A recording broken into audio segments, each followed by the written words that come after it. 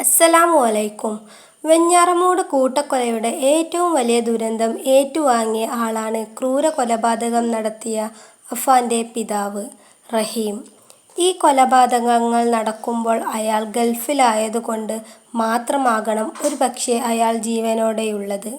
അല്ലെങ്കിൽ അഫാൻ ഈ പിതാവിനെയും ചുറ്റിക കൊണ്ട് തലക്കടിച്ചു കൊന്നുകളഞ്ഞിരുന്നു.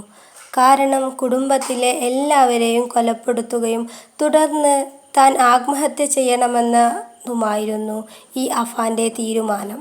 പിതാവായ റഹീമിന് വിദേശത്തായതുകൊണ്ടു മാത്രം രക്ഷപ്പെടാൻ കാരണം. റഹീം പറയുന്നത് തന്നെയും കൊലപ്പെടുത്തിയാൽ മതിയായിരുന്നു എന്നാണ്.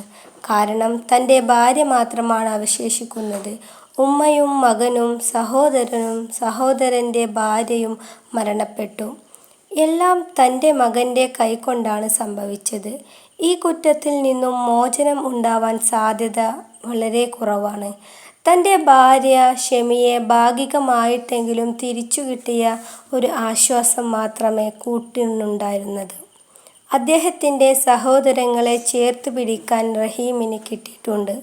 പക്ഷേ ഭാര്യയായ ഷെമിയെ ഇപ്പോഴും ആർക്കും അംഗീകരിക്കാൻ സാധിച്ചിട്ടില്ല. അതിനാൽ ഭാര്യ ഷെമി ഇപ്പോൾ കഴിയുന്നത് അഗതി മന്ദിരത്തിലാണ്.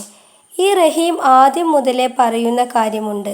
തൻ്റെ മകൻ്റെ കൈകൊണ്ട് കൊല്ലപ്പെട്ട കാമുകിയായ ഫർസാനയുടെ വീട്ടിൽ പോയി മകന് വേണ്ടി അവരോടെല്ലാം മാപ്പ് ചോദിക്കണമെന്ന ആഗ്രഹം.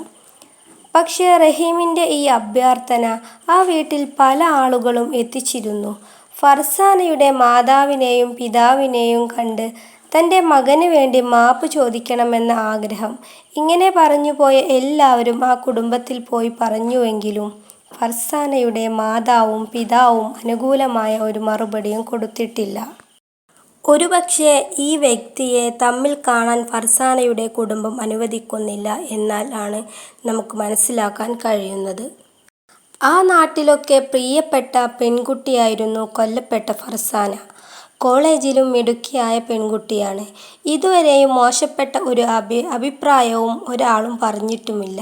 ഒരു നല്ല ജോലി നേടണം എന്നാഗ്രഹിച്ചുകൊണ്ട് ജീവിച്ച കുട്ടിയാണ് ഫർസാന. ഫർസാനയെ കൊലപ്പെടുത്തുക മാത്രമല്ല, അവളുടെ മുഖം പോലും വികൃതമാക്കി തരത്തിൽ ഉള്ള കൊലപാതകമാണ് അഫാൻ ആ കുട്ടിയോട് ചെയ്തത്.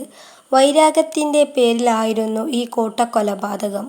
അഫാൻ ഇപ്പോൾ ജയിലിൽ ശ്വാസം മുട്ടുന്ന രീതി അനുഭവിച്ചു കൊണ്ടിരിക്കുകയാണ്. ചെയ്തുപോയ കുറ്റങ്ങളുടെ എല്ലാ അവസ്ഥകളും അയാൾക്ക് ഇപ്പോൾ പൂർണ്ണമായും ബോധമുണ്ടെന്ന് മനസ്സിലാക്കാം.